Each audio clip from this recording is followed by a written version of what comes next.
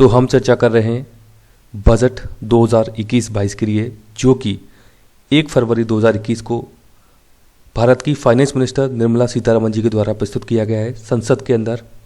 तो इस वीडियो के अंदर हम सारे के सारे इम्पॉर्टेंट जो बिंदुज हैं बजट के संबंध में, जो कि आपके कॉम्पिटिटिव एग्जाम्स में पूछे जा सकते हैं, आपको इसके बारे में आइडिया होना चाहिए, तो उनको यहाँ पे हम डिस्कस करेंगे। तो नमस्कार दोस्तों, मैं जयकांत सैनी स्वागत करता हूँ आपके अपने चैनल बात IQ में। तो वीडियो में अंत तक ज़रूर बने रहिएगा ताकि आपको पूरी समझ बन सके। तो इम्पॉर्टेंट चीज़ यही है कि इस बार का बजट किसने प्रस्तुत किया, तो आपको पता होना चाहिए। नाम फाइनेंस मिनिस्टर का नाम है निर्मला सीतारमण जी के द्वारा।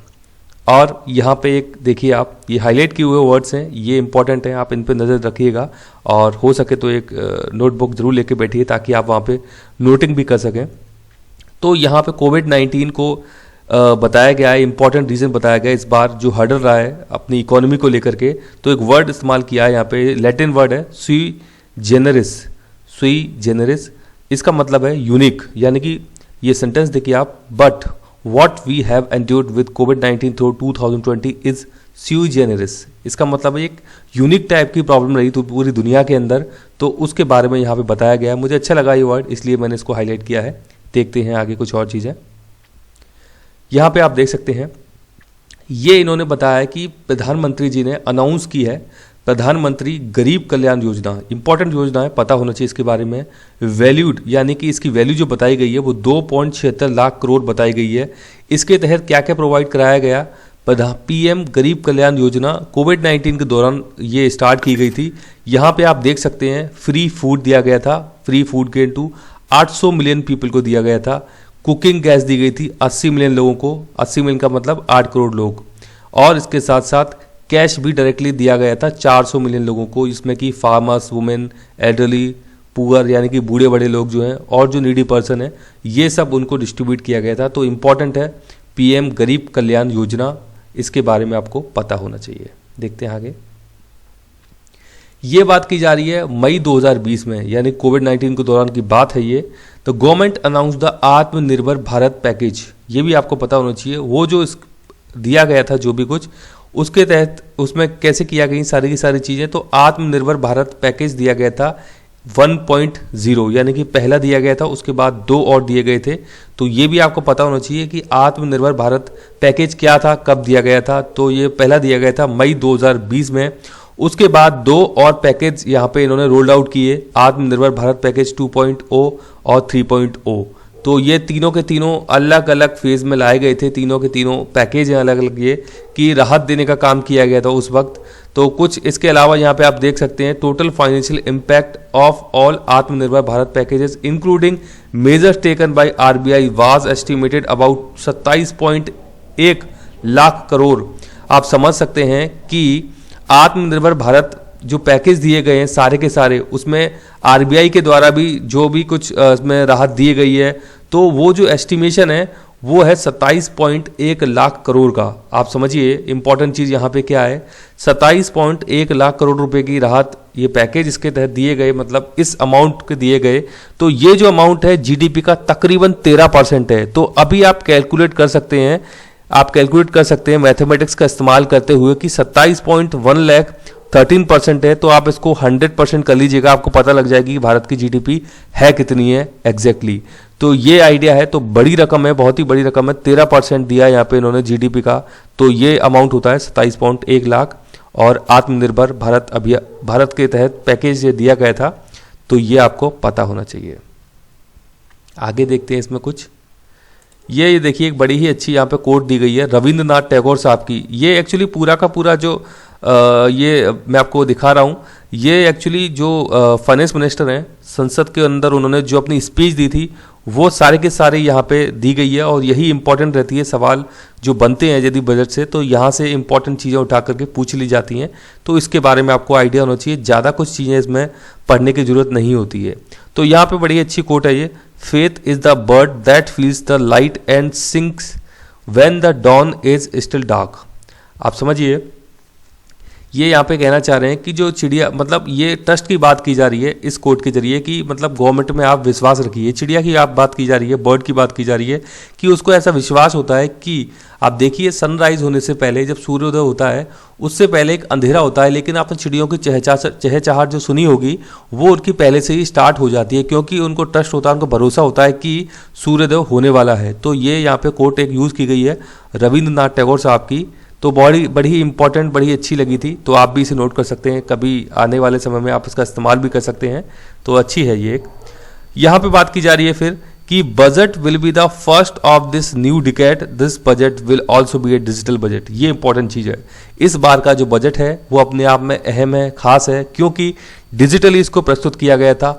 मेक इन इंडिया के तहत जो आई थिंक वो टैबलेट था या फिर लैपटॉप था, कुछ छोटा डिवाइस था, वो मेक इन इंडिया के तहत बनाया गया था और उस पे डिजिटल बजट इस बार प्रस्तुत किया गया था। तो ये इंपॉर्टेंट चीज़ है, इसके बारे में भी आपको आइडिया होना चाहिए।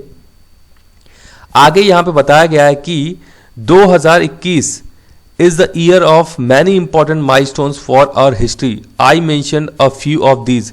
ये फाइनेंस मिनिस्टर बता रही हैं कि कुछ इंपॉर्टेंट घटनाक्रम है 2021 के, वो क्या क्या है देखिए आप। एक तो 75वीं इंडिपेंडेंस रहेगी, यानी कि स्वतंत्रता दिवस जो हमारा, उसकी 75th ईयर रहेगी, पहली फैक्ट है, तो ये आपको पता होना चाहिए। 60 ईयर्स हो जाएंगी गोवा के एक्सेशन को, यानी कि गोवा पे पुर्तगालियों का अधिकार था, 1961 में गोवा वहां से रिलीज, मतलब उनसे मुक्ति मिली थी, आज़ादी मिली थी गोवा को, तो 60 ईयर्स उसके होंगे, तो वहां पे सेलिब्रेशन होगा गोवा में इस बार। इसके अलावा 50 ईयर्स ऑफ 1971 इंडिया पाकिस्तान वार। आप समझिए इस बार 26 जनवरी को जो परेड हुई थी इंडिया गेट के वहाँ पे, जो रिपब्लिक डे परेड हुई थी, उसमें बांग्लादेश की फौज ने भी अपनी परेड की थी वहाँ पे, वो भी शामिल हुई थी। तो ये 50 साल हुए हैं इंडिया पाकिस्तान वॉर के, जो कि 1971 में हुआ था और बांग्लादेश एक नया देश बन करके आया था। तो ये फैक्ट है, इनके बारे में आपको आइडिया होना चाहिए, पूछे जा सकते हैं, इनके बिहाफ पे कुछ हिस्टोरिक प्रश्न भी बन सकते हैं, तो ये आपको मोटा मोटा आइडिया होना चाहिए। 8th census of independent India ये होगी अभी 2021 में, वो भी डिजिटली, इंपॉर्टेंट बात है। 8वीं सेंसस होगी इंडिपेंडेंट इंडिया की, वो भी डिजिटली होगी इस बार 2021 में, ये इंपॉर्टेंट फैक्ट है। और ये अब इस बार जो एक ब्रिक्स की जो मीटिंग होगी वहां पे प्रेसिडेंसी इंडिया की रहेगी, ये भी इंडिया का टर्न की बात की गई है, तो ये भी आपको पता होना चाहिए कि 2021 में ये भी घटनाक्रम है जो कि इंपॉर्टेंट रहने वाला है।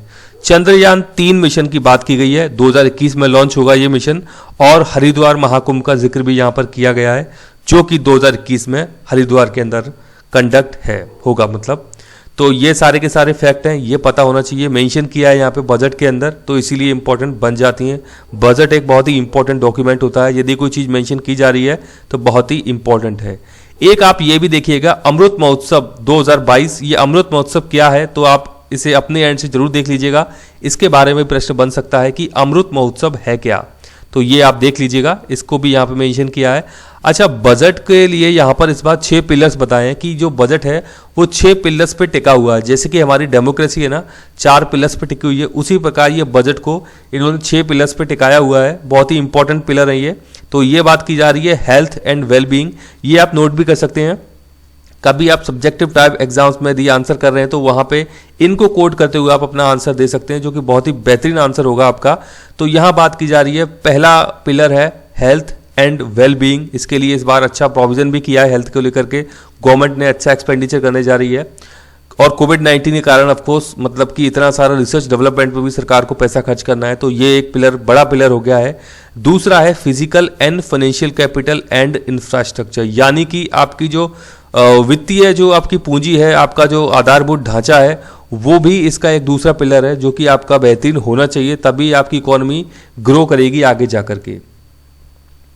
तीसरी बात की जा रही है inclusive development for aspirational India, यानी कि जो एक नया भारत, मतलब कि जो आगामी समय हम देखना चाहते हैं, एस्पिरेशनल जो है मतलब उनकी जो आशाएं हैं भारत को लेकर के, उसको लेकर के इंक्लूसिव डेवलपमेंट की बात की गई है, यानी कि समाहित एक मतलब टोटल एक डेवलपमेंट को लेकर के, यानी कि रूरल अर्बन सबका डेवलपमेंट लेकर के बात यहाँ पे कही गई है। तो चौथा पिलर है, तीसरा पिलर है ये inclusive development for aspirational India. चौथा है री इन्विगोरेटिंग ह्यूमन कैपिटल। ह्यूमन कैपिटल बहुत ही इंपॉर्टेंट है, ये टर्म आप समझ सकते हैं, मानव पूंजी, यदि किसी इंसान को हेल्थ और एजुकेशन प्रॉपरली मिल जाएंगी तो वो एक मानव पूंजी बन करके तैयार हो जाएगा और वो एक एसेट बन जाएगा उस देश के लिए, उस कंट्री के लिए। तो इसीलिए बात की गई है री इन्विगोरेटिंग ह्यूमन कैपिटल की। यहाँ पे ये भी एक पिलर है, चौथा पिलर है और होना भी चाहिए। पांचवा है innovation and research and development. इस बार इसलिए इसको पिलर बनाया भी गया है क्योंकि बहुत ज़्यादा ज़रूरत दुनिया के अंदर पड़ी है कोविड-19 के दौरान रिसर्च एंड डेवलपमेंट की। भारत के अंदर काफ़ी समय से इसकी कमी देखी जा रही है रिसर्च एंड डेवलपमेंट की, तो इसको लेकर भी काफ़ी बड़े अच्छे प्रयास किए हैं इस बार। आई थिंक 50,000 करोड़ का बजट प्रोविजन भी किया है 5 सालों के लिए। तो रिसर्च डेवलपमेंट भी इसमें एक 5वां पिलर रखा गया है बजट का। छठवां है minimum government and maximum governance. मतलब इसका ये है, जैसे कि आप समझिए सिंपल सा ईज ऑफ डूइंग बिजनेस की हम जो बात करते हैं, आपकी चीज़ें बहुत आसान होनी चाहिए। मतलब आप कोई बिजनेस डेवलप करना चाह रहे हैं, स्टार्ट करना चाहें, तो आपको काफ़ी सारी जो परमिशंस होती हैं, लाइसेंसिंग होती हैं, तो वहाँ पे वो चीज़ें उलझ के रह जाती हैं। बहुत सारे लोग स्टार्ट ही नहीं कर पाते हैं। तो यहाँ पे इसी की बात की गई है कि गवर्नमेंट जो होनी चाहिए, सरकारी मतलब जो अंकुश होना चाहिए, नियंत्रण होना चाहिए, वो कम से कम होना चाहिए। गवर्नेंस बहुत अच्छी होनी चाहिए, यानी कि उनको जो सेवाएं हैं वो टाइमली प्रॉपरली मिलती रहें। तो ये भी एक छठवां पिलर यहाँ पे रखा गया है। तो इंपॉर्टेंट है 6 के 6 पिलर, आपको इनके बारे में पता होना चाहिए। नोट भी आप यहाँ पे कर सकते हैं। अब देखते हैं आगे। तो यहाँ पे वही पीएम आत्मनिर्भर, ये एक और अलग से ये पीएम आत्मनिर्भर स्वस्थ भारत योजना की बात यहाँ पे की गई है। ये लॉन्च की जाएगी, इसके लिए एक बजट रखा गया है 64,180 करोड़ रुपए का 6 साल के लिए। तो ये भी आपको पता होना चाहिए पीएम आत्मनिर्भर स्वस्थ भारत योजना के बारे में, इंपॉर्टेंट है। सेंट्रली स्पॉन्सर्ड स्कीम है ये, यानी कि 2 प्रकार की स्कीम होती हैं, एक होती है सेंट्रल सेक्टर स्कीम, एक होती है सेंट्रली स्पॉन्सर्ड स्कीम। तो यहाँ पे पूरा का पूरा जो पैसा है वो सेंट्रल देगा, मतलब केंद्र सरकार देगी, तो इसको बोल दिया है यहाँ पे सेंट्रल स्पॉन्सर्ड स्कीम। तो इंपॉर्टेंट है ये भी। आगे देख लेते हैं कुछ और चीज़ें यहाँ पे अपन। ये इसमें बात की गई है, एक जल जीवन मिशन की बात की गई है, अर्बन क्षेत्र से संबंधित है, ये भी लॉन्च होगा। जल जीवन मिशन आप नोट कर लीजिएगा, इसका संबंध अर्बन से है। आपको ऑप्शन में कहीं इसके लिए रूरल एरिया भी दिया जा सकता है, तो इसका संबंध अर्बन एरिया से है जल जीवन मिशन का। आगे यहाँ पे बात की गई है कि एयर पॉल्यूशन को लेकर के इस बार यहाँ पे इन्होंने 2217 करोड़ का कुछ बजट प्रावधान किया गया है। तो काफ़ी ज़्यादा दिक्कतें भी आ रही हैं एयर पॉल्यूशन को लेकर के, सरकार प्रयास भी कर रही है। तो इस बार ये इन्होंने सेपरेटली एक बजट भी रखा है, इसके लिए ये एलोकेट कर दिया है। तो एयर पॉल्यूशन को लेकर के ये प्रोविजन किया गया है यहाँ पे। यहाँ बात की गई है स्क्रैपिंग पॉलिसी को लेकर आए। ये क्या है स्क्रैपिंग पॉलिसी? आप समझिए कि जो आपके व्हीकल्स होते हैं, मतलब उनकी एक लाइफ होती है। तो ऐसा नहीं है कि आप ज़िंदगी भर उनको चलाते ही रहेंगे। आप देखेंगे कि आप जब नया व्हीकल को लेकर के आते हैं, उसका जो माइलेज है बहुत ही अच्छा होता है, लेकिन वो जैसे जैसे पुराना होता जाता है तो उस पर डेप्रिसिएशन ज़्यादा हो जाएगा, उसका माइलेज कम हो जाएगा, तो वो लाइबिलिटी बनती जाती है और वो पॉल्यूशन भी बहुत ज़्यादा करता है। तो उसको लेकर के स्क्रैपिंग पॉलिसी यहाँ पर लेकर आए हैं ये। तो उसमें क्या रखा है इन्होंने कि ये जो व्हीकल हैं 20 साल तो इन्होंने रखी है टाइम लिमिट पर्सनल व्हीकल्स के लिए, और 15 साल रखी है कॉमर्शियल व्हीकल्स के लिए। मतलब जो पर्सनल व्हीकल हैं वो 20 साल बाद स्क्रैप कर दिए जाएंगे, यानी कि वो एक तरीके से डंप कर दिए जाएंगे व्हीकल, वो आप उनको चला नहीं सकते हैं। और जो कमर्शियल व्हीकल्स हैं उनके लिए ये टाइम फ्रेम रखा है 15 साल का। तो ये यहाँ पे स्क्रैपिंग पॉलिसी भी लेके आए हैं इस बार। ये एनवायरनमेंट के लिए भी काफ़ी अच्छी है, क्योंकि फ्यूल एफिशिएंट हो जाते हैं नए व्हीकल जो होते हैं, और पुराने व्हीकल आपको पता है कि कितना ज़्यादा पॉल्यूशन करते हैं, कार्बन एमिट करते हैं। तो ये सारी की सारी इंपॉर्टेंट चीज़ें हैं।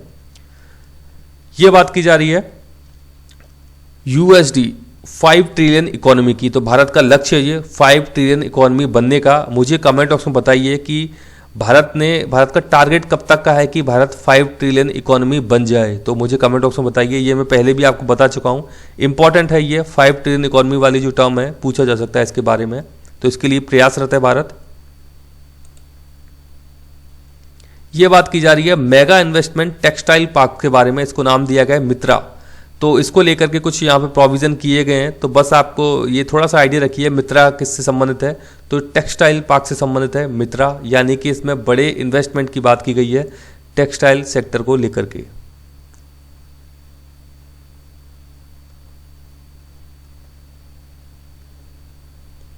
ये बात की गई है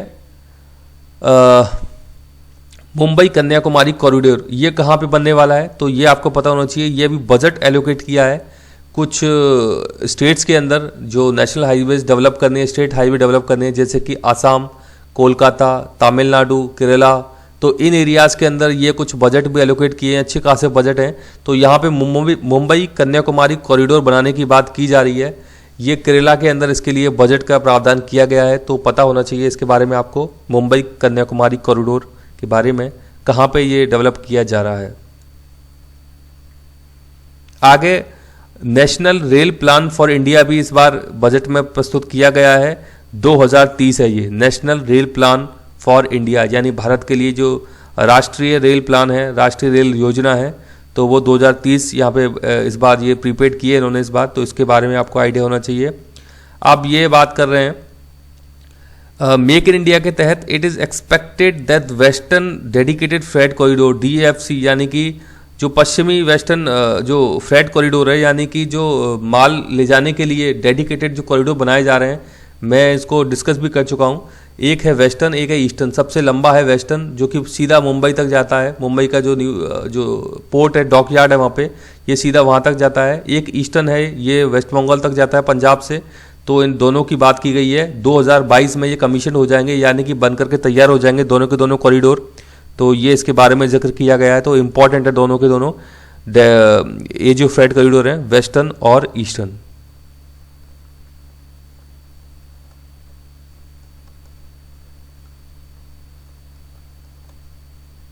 आगे इसमें बात की गई है उज्ज्वला स्कीम की। उज्ज्वला स्कीम में क्या किया गया है कि पहले इसमें 8 करोड़ हाउस होल्ड्स बेनिफिटेड थे, अभी इसमें 1 करोड़ और ऐड कर दिए गए बेनिफिशरीज, तो अभी 9 करोड़ हो गया है। ये भी आपसे पूछा जा सकता है कि इस बार टारगेट कितना हो गया है, तो ये टोटल हो गया है 9 करोड़ हाउस होल्ड्स को बेनिफिट दिया जाएगा उज्ज्वला स्कीम के तहत। आपको पता है गैस सिलेंडर, जो गैस कनेक्शन है, वो दिया जाता है इसके तहत। तो इंपॉर्टेंट स्कीम है भारत की उज्ज्वला स्कीम। फाइनेंशियल कैपिटल के अंदर बताया है कि ये फाइनेंस मिनिस्टर बोल रही हैं, I propose to consolidate the provisions of SEBI act, यानी कि ये इन्होंने प्रस्ताव दिया है कि SEBI act 1992, depository act 1996, securities contracts regulation act 1956 and government securities act 2007 into a rationalised single securities market code. ये इन सभी चारों को मिलाकर के एक सिंगल सिक्योरिटीज मार्केट कोड लेकर के आने वाली हैं, ये यहाँ पे इन्होंने प्रपोज किया है। तो ये चारों के चारों एक्ट एक बार आप जरूर देख लीजिएगा, ये कहीं ना कहीं पूछे जा सकते हैं जो भी रिलेवेंट चीज़ें होती हैं उसके संबंध में, क्योंकि इसके लिए अब एक कंप्लीट सिंगल कोड लेके आया जाएगा, ऐसा प्रस्ताव दिया गया है बजट के अंदर। अब यहां बात की जा रही है, यह भी एक प्रस्ताव है, to amend the insurance act 1938। Insurance act याद रखिएगा 1938 का है। यहां पे इंक्रीज किया जा रहा है एफडीआई की लिमिट आपसे पूछी जा सकती है कि कितनी इंक्रीज की जा रही है। तो पहले 49% हुआ करती थी ये जो एफडीआई की लिमिट है इंश्योरेंस सेक्टर में, इसको अब 74% कर दिया जाएगा। बड़ी एक फैक्ट बन जाता है, इंफॉर्मेशन बन जाती है, ये एक इंपॉर्टेंट बन जाती है। तो इंश्योरेंस एक्ट आपको पता होना चाहिए और एफडीआई की लिमिट अभी कितनी की गई है ये भी आपको पता होना चाहिए। ये बात की गई है, last year government had approved an increase in the deposit insurance cover from 1 lakh to 5 lakh for bank customers। आपको पता होगा एक पीएमसी बैंक का जो स्कैम निकल करके आया था, कोई इश्यू निकल के आया था महाराष्ट्र के अंदर, तो उस समय बहुत सारे लोगों के पैसे डूब गए थे, आम लोगों के, गरीब लोगों के। उसको लेकर के जब डिसीजन लिया गया था कि जो आपका अमाउंट डिपॉजिट होता है बैंक के अंदर, उस पर इंश्योरेंस की जो बात की गई थी कि आपका जो अमाउंट है वहाँ पे पहले लिमिट थी 1 लाख की, कि यदि आपका पैसा डूब जाता है तो आपको 1 लाख रुपया मिलेगा, आपका जो पैसा डिपॉजिट हुआ है वहाँ पर। अब इसमें इसको बढ़ा करके 5 लाख कर दिया गया था।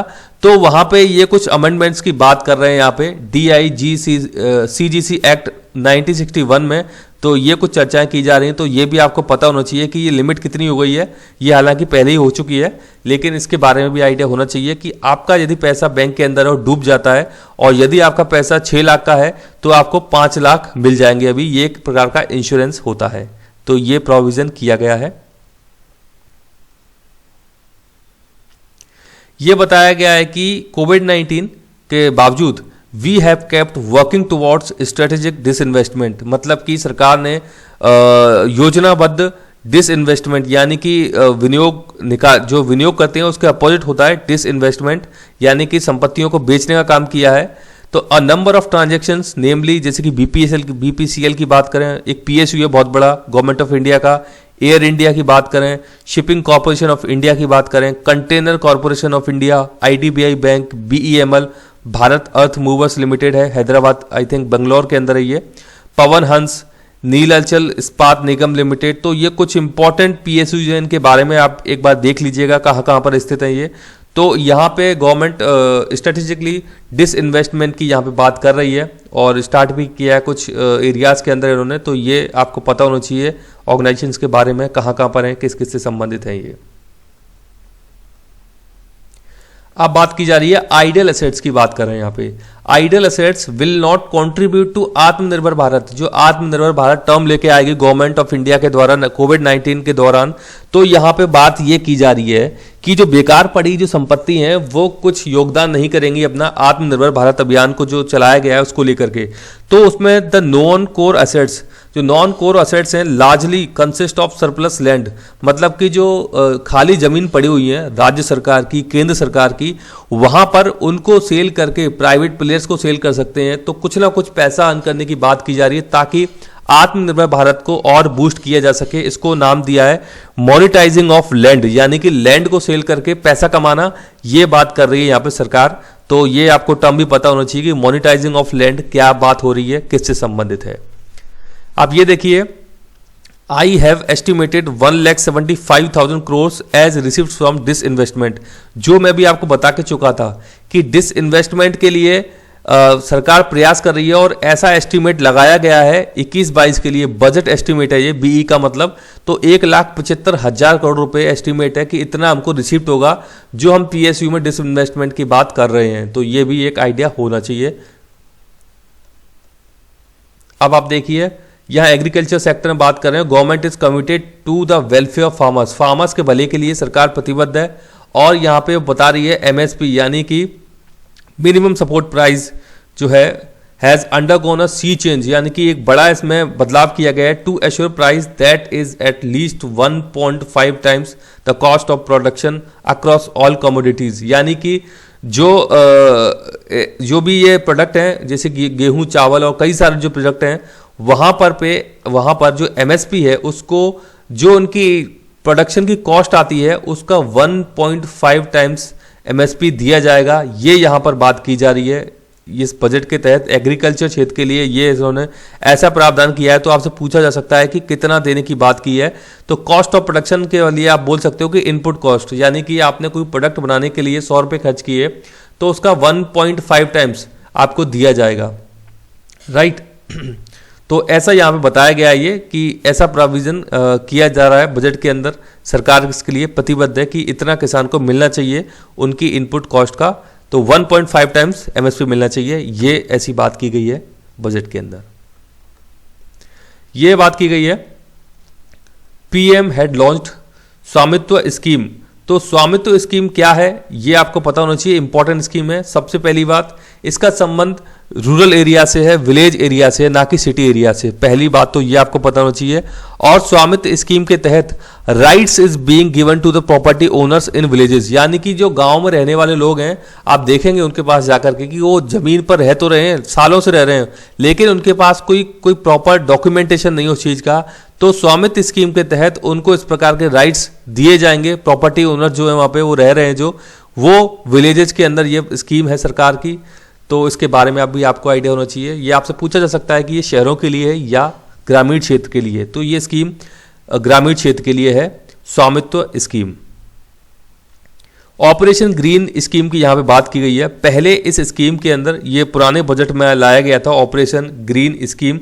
तो टोमेटो, ओनियंस और पोटैटोस को यहाँ पे लिया गया था, 3 चीजें ली गई थी इसके अंदर। लेकिन अभी इसमें 22 पेरिशेबल प्रोडक्ट्स को भी शामिल किया गया है। पेरिशेबल प्रोडक्ट्स वो प्रोडक्ट्स होते हैं जो कि जल्दी खराब हो जाते हैं, उनको हम बोलते हैं पेरिशेबल प्रोडक्ट्स। तो उनको भी अभी शामिल कर लिया गया है ऑपरेशन ग्रीन स्कीम के तहत। तो ये तीनों टर्म भी आपको पता होना चाहिए, टमाटो, ऑनियंस, पोटैटो, बहुत ही इंपॉर्टेंट है, बेसिक चीज़ें हैं। मतलब कि किसी भी हाउस होल्ड के अंदर, घर के अंदर ये तो बेसिक रिक्वायरमेंट रहता है कि प्याज, टमाटर, आलू, ये तो मतलब बेसिक चीज़ें हैं। तो इसमें अभी 22 और चीज़ों को ऐड कर दिया गया है। Agriculture infrastructure fund would be made available to APMCs. APMCs बहुत ज़्यादा चर्चा में रही हैं इस बार। Agriculture product produce market committees इनको बोलते हैं, देसी भाषा में कृषि उपज मंडी इनको बोलते हैं हम। तो जब से ये कृषि कानून लाए गए हैं, 3 कृषि कानून आपको पता है, उसको लेकर के धरना आंदोलन चल रहा है, बहुत ज़्यादा व्यापक आंदोलन चल रहा है, प्रोटेस्ट चल रहा है इंडिया के अंदर। तो एग्रीकल्चर इंफ्रास्ट्रक्चर फंड उसके लिए लेके आया जा रहा है और एपीएमसीज को स्ट्रांग बनाने की बात बजट में कर रहे हैं। तो ये भी इसमें बात की गई है बजट के अंदर। अच्छा, यहाँ पे ये बात की जा रही है कि 5 मेजर फिशिंग हार्बर्स इस्टेब्लिश करने की बात की जा रही है। 5 मुख्य जो फिशिंग हार्बर्स होते हैं, मतलब कि मछली का आपको पता है, मछली पालन एक उद्योग है, व्यवसाय है। तो उसके लिए इन्होंने 5 जगहों के नाम बताए हैं। कोच्चि, चेन्नई, विशाखापट्टनम, पारादीप उड़ीसा के अंदर है, और पेटूघाट। तो ये 5 जगह हैं, ये भी आप नोट जरूर कर लीजिएगा, पूछे जा सकते हैं, यहाँ से प्रश्न बन सकता है कि वो 5 मेजर फिशिंग हार्बर्स कौन से हैं, मतलब तो इनके बारे में आपसे ऑप्शन में पूछा जा सकता है, तो आप ये नोट जरूर कर लीजिएगा।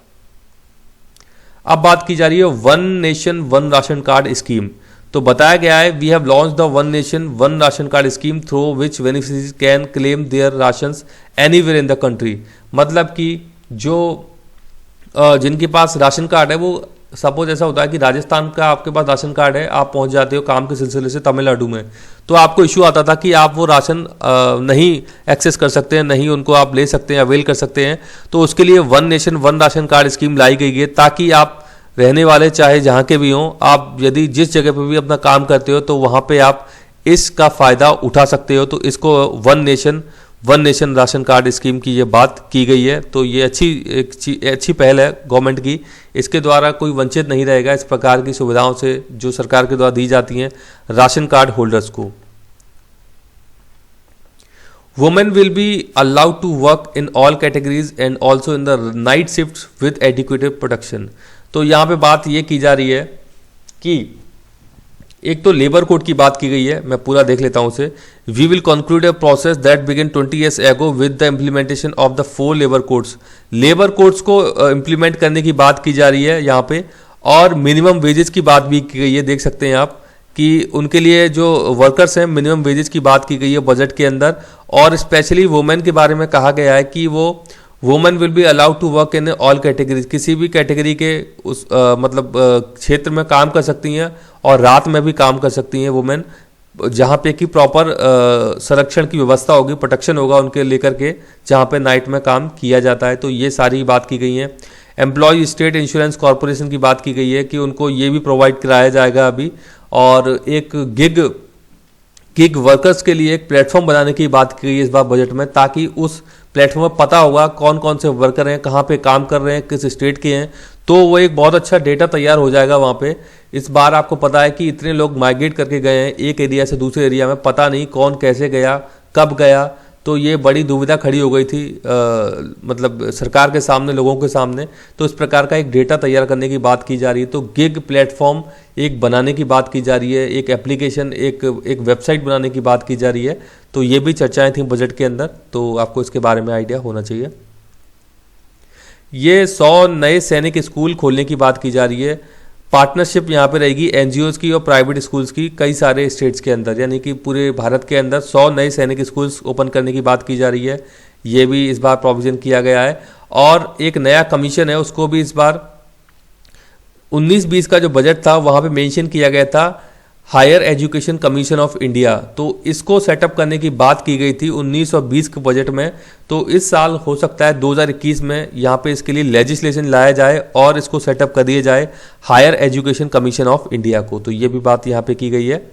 और एक सेंट्रल यूनिवर्सिटी स्थापित करने की बात की गई है यहाँ पे, ये प्रस्ताव दिया गया है लद्दाख के अंदर। तो ये आपको पता होना चाहिए कि सेंट्रल यूनिवर्सिटी कहाँ पे स्थापित होने जा रही है, तो लद्दाख के अंदर स्थापित होने जा रही है। बहुत ही हार्श कंडीशन रहती है लद्दाख एरिया के अंदर, आपको पता है ठंड के कारण। यहाँ पे शेड्यूल कास्ट और शेड्यूल ट्राइब्स के लिए एकलव्य स्कूल की बात की गई है। 750 Eklavya model residential schools in tribal areas. तो आपको पता होना चाहिए एकलव्य मॉडल स्कूल जो है, एक तो रेजिडेंशियल स्कूल हैं, ये पहली बात है। दूसरा ट्राइबल एरियाज के लिए हैं ये जो स्कूल्स हैं। तो इनके बारे में नाम जो बताया मैंने आपको, एकलव्य मॉडल स्कूल, ये आपको पता होना चाहिए। ये बात की जा रही है नेशनल रिसर्च फाउंडेशन। तो आपको पता है रिसर्च के लिए तो इस बार मैं आपको बताया था अभी थोड़ी देर पहले ही कि एक पिलर भी है रिसर्च वाला जो रखा गया है इस बार। तो नेशनल रिसर्च फाउंडेशन, इसके लिए आउटले रखा गया है 50,000 करोड़ का। ये 5 साल के लिए है, 50,000 करोड़ रुपीज़ जो है, तो 5 ईयर्स के अंदर इसको एलोकेट करेंगे। 10,000 नियरली आता है ये। तो इस प्रकार का प्रोविजन किया गया है रिसर्च एंड डेवलपमेंट को लेकर के। यहाँ पे एक the new space India limited की बात की गई है। ये PSU under the department of space will execute the PSLV CS51। PSLV CS51 को लॉन्च करेगा न्यू स्पेस इंडिया लिमिटेड। ये एक PSU है, यानी कि पब्लिक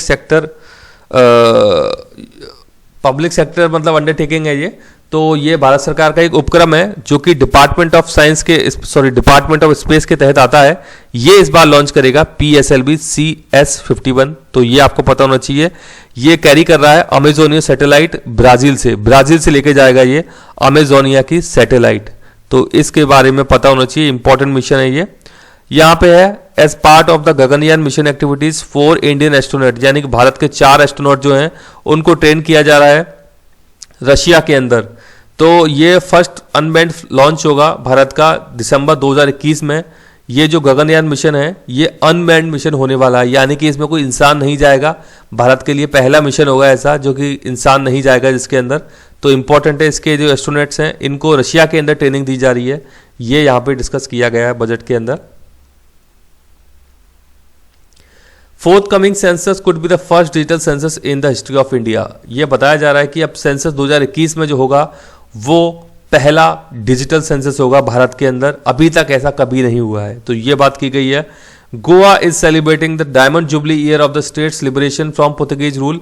तो मैं आपको बता के चुका था कि गोवा के अंदर इस बार सेलिब्रेशन होगा। तो वहां पे 300 करोड़ का बजट एलोकेशन किया गया है गोवा के अंदर, क्योंकि अपनी डायमंड जुबली वो सेलिब्रेट करेगा इस बार गोवा स्टेट, जो कि लिबरेशन मिला था उनको, यानी कि मुक्ति मिली थी, आज़ादी मिली थी पुर्तगीज से।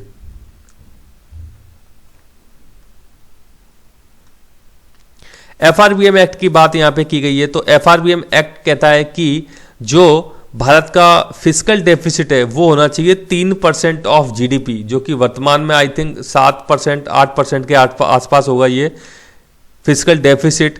तो ये आपको पता होना चाहिए कि FRBM एक्ट क्या कहता है फिस्कल डेफिसिट के बारे में, यानी कि राजकोषीय घाटे की बात की जा रही है यहाँ पे।